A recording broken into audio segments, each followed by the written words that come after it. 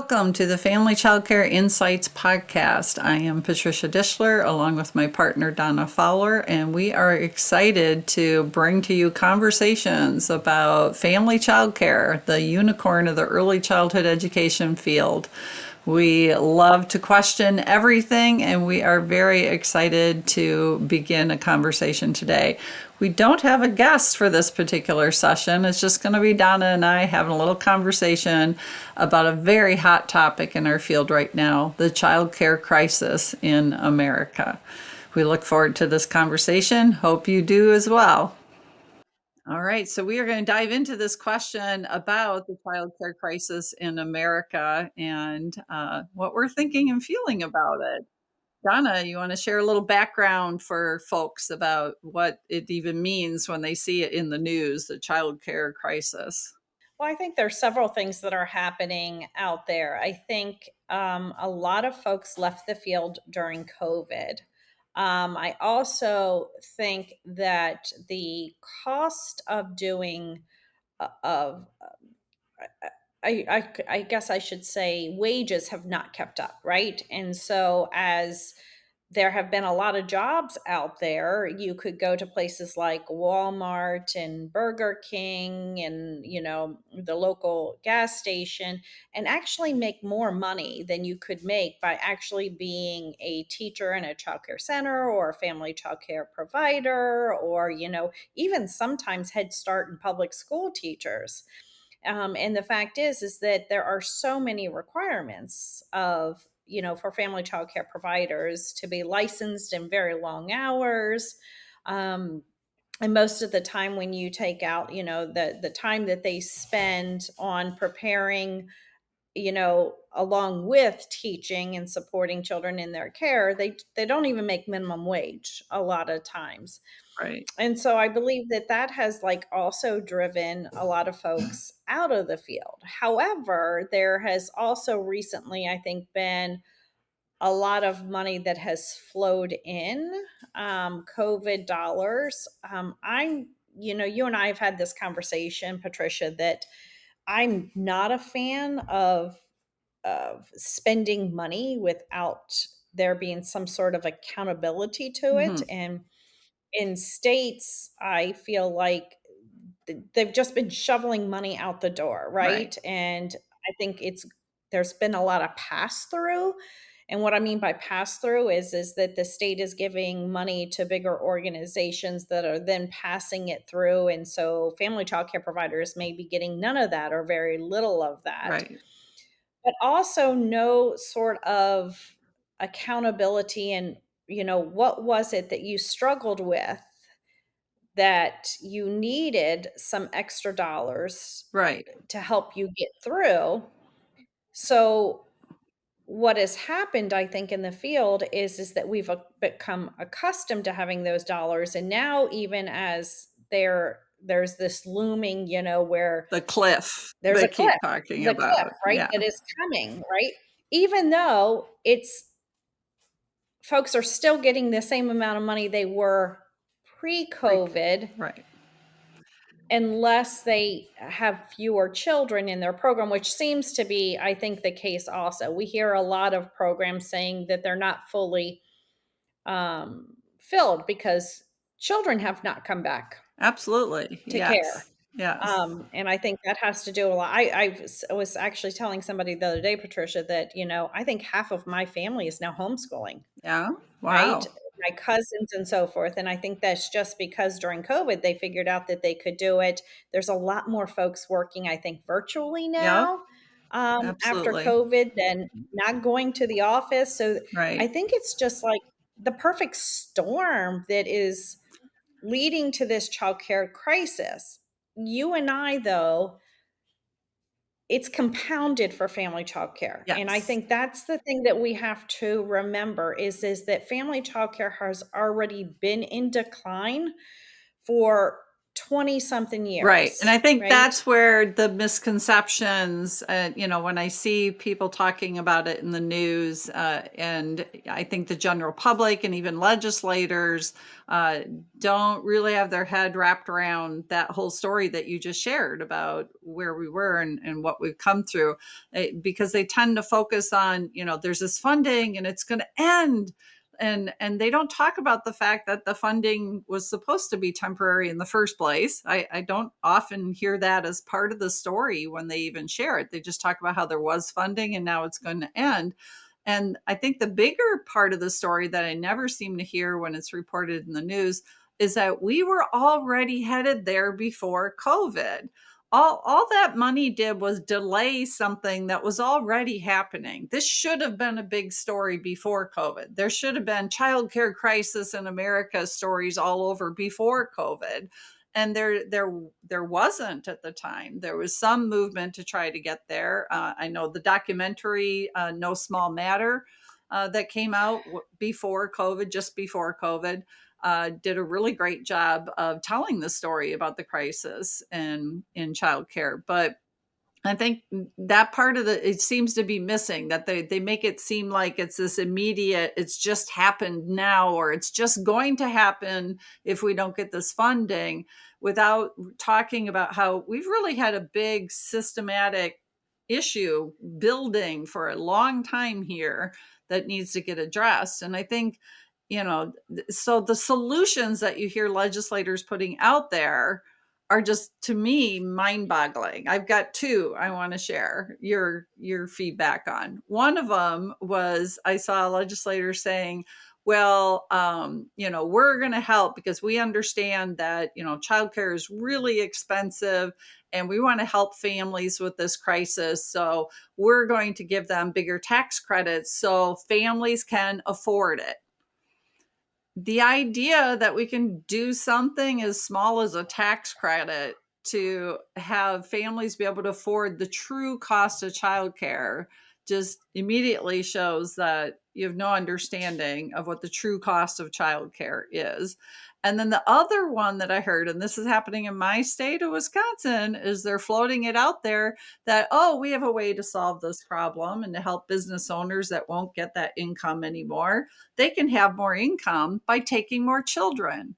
We'll expand the ratio. So now you can take more children and therefore you'll make more money and everything will be fine. Let's take these stressed out, underpaid, overworked people in our field and say, we know you're already caring for 8 children, but how about you take another 4 all by yourself with no extra supports and make that work? It just And what that ends up happening is that then we end up with children, somebody's going to die, right? Because a lot of time it's the quality family child care provider who recognizes that, you know what, I might be able to take 12, but I'm better off, I'm in that comfort zone of taking 8. I know that my state allowed for 8 and I was more comfortable at 6, mhm, right? right. Especially if I was caring for infants. So I think you're right though, is that it's been building for many, many, many years, all around, and we have not addressed it. And I think what happened is that COVID just like pulled the curtain Yeah, back and absolutely. it exposed everything. But sadly, what happened is they said, okay, we're going to give you some money, but there were no guidelines. Right. Like literally, let's just send checks to somebody. Hey, and if you want to buy a boat, good for you, right? Right. Right. But nothing saying that how is this actually impacting? How are we making sure that we're attracting? I think what is a little concerning to me is that I actually heard somebody say the other day that we actually need a recession. And they said we need people to lose their jobs at Burger King and McDonald's and Walmart to drive them back to the classroom, to drive them back to the programs. And I find that a little sad, right? We want Because people to you're lose a banking on the job fact that that they're people, making decent money at, to force them to take a job where they're not going to make any. That doesn't solve the original problem as to why they went to Burger King in the first place. Exactly. Exactly, Oh, right? And so I just yeah. yeah, It it's just, a really big problem. yeah, there's just so much more to it. That's why I get really frustrated with these kind of little band-aid solutions, because they're looking at it from one end or the other. Like the tax credit idea is looking at it from the lens of, well, childcare is expensive for families, and the ratio is looking at it from the point of view of, programs and providers, don't have a decent income.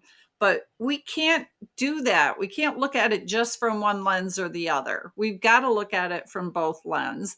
We can't keep expecting parents to be able to pay the full cost of quality care. If we're expecting these teachers and providers and educators to have 4-year degrees and beyond to prove that they're strong educators, then they need to make an income that is going to match that kind of commitment to their education. And we're not doing that. And one of the things that I was thinking about the other day is that at any other point in time in a child's childhood, when they are cared for by educators that have degrees and qualifications, where we raise the bar and say, you have to know what you're doing if you want these children in front of you, at every other level, grade school, high school, college, there's public funding to support that happening. There's a public system for that to happen. It's only in early childhood where we care for young children, we educate young children, and there's little to no, there's a little bit happening through Head Start and maybe some VPK, preschool things happening, but in no large systemic way are we, making a commitment to making that a sustainable system. Yeah, I think what's always fascinated me is that you can go out and get a loan for your child to go to college, normally at a time in your life where you're more likely to be able to afford for them to go to college, Mhm. where when you are a young family, it's more stressful actually on the household to afford the child care piece because most child care costs the same amount as a monthly mortgage. Right, right, And it's just always been fascinating to me that there's not, like you said, some sort of system in place. And you know me, I'm kind of on the fence both ways because I also don't want to see where it becomes so over regulated that right, the cost of care is driven up because of unnecessary things. It's right. I'm all about health and safety and quality care, but I also understand that sometimes I think also people are leaving the field because I've got 18 different people coming into my house for 18 different purposes. Oh, And it's not absolutely. that I mind people coming in my house, but that takes away from the care that I am able to do. When Right. the paperwork becomes so burdensome, Hmm. and I don't think that I'm kind of like, I think there has to be a lot of things that come together. Yes, I believe that there has to be some sort of funding, but I also think, you know, I was having a really interesting conversation the other day about QRIS systems, right? And how providers and programs are really fighting back against those now. And it's, have they really produced the quality that they said they were going to produce by requiring all of these extra Right. things for somebody to do? And I'm not saying they're good or bad. I'm not coming down one way or the other, but I think it's a valid question to ask, right? And I Absolutely. think that's the thing is we're not asking those valid questions of what is the true cost of Right. care? Does these new systems and requirements being put on me actually improve the care that I'm giving to children, right? Right. I think there's a lot of things that go into that. Yeah, it was very unfortunate that the QRIS systems all came into play without any funding component of it, to come into a field, and to say we're now going to require that you raise the bar on all of your practices, and we know that raising the bar on your practices costs money. It costs money for you to get more education. It costs money for you to have the right type of equipment and facilities to meet all of these requirements that we're putting in front of you. all of that costs money to do, yet there's no money built into the system for that. There's some grants, there's some They will say QRISs. there is. Yeah, they'll say there They'll is, say but the grant because they'll amounts raise are, your subsidy rate, right? But the oh, it's percentage so that they raise, tiny. it doesn't. No, it's so Doesn't tiny. get, It doesn't get you there. And the grants for equipment are just, they're not enough to get you there. And sometimes they're counterintuitive. Like the one program that I worked with where she actually had 4 puppet stands. And I was like, why do you have 4 puppet stands? She said, because every year the QRS comes in and they give us a grant and we have a choice between 2 or 3 items that we can get. And I already have all of those. So I just keep purchasing the same ones, and if I get lucky, I find someone that'll buy it from me, and then I can use the money to get the piece that I actually need. But they're dictating exactly what they do with the money. It's almost the opposite of what just happened with this funding that got dumped and nobody was told what to do with it. It's either that or they tell you you can only purchase this one thing, and it's not even what you really need. Like so it goes back to, when can we find a place in the middle where we give you enough leeway that you can make the choices to get what you need out of this funding, without or over how about based in regulating the it. data? It's not just what you want, but based in the data. And I think that Exactly. that's another thing Did it make a also, difference when you got it? right. Another piece of the equation that I was having, you and I, we are passionate about family childcare, but we also support other types of care all the time out there. And it was a really interesting conversation we were having the other day about that I was having with some folks around, just thinking that if we offered curriculum and assessment that in coaching that everything was going to be okay. And I raised the issue again. I'm like, if I'm a center or I'm a family childcare provider and my financial house is not in order, if the house is burning down financially, you can give it to me. It's not going to do a daggone thing to help me, right? Exactly. And Exactly. again, I think that's the other piece, I think, Patricia, is that we've not taken a holistic approach Right. to the early education field to really understand the true supports that are needed across the board. Absolutely. Absolutely. I mean, I just had 2 phone calls this afternoon with organizations supporting family childcare, and their whole focus is on business practices. And that's great. Have a focus on business practice, but who's paying attention to the other wheels, the educator wheel, the personal well-being wheel? That's been our focus, and the work that you and I do is to, really help everyone understand that you have to have this holistic approach.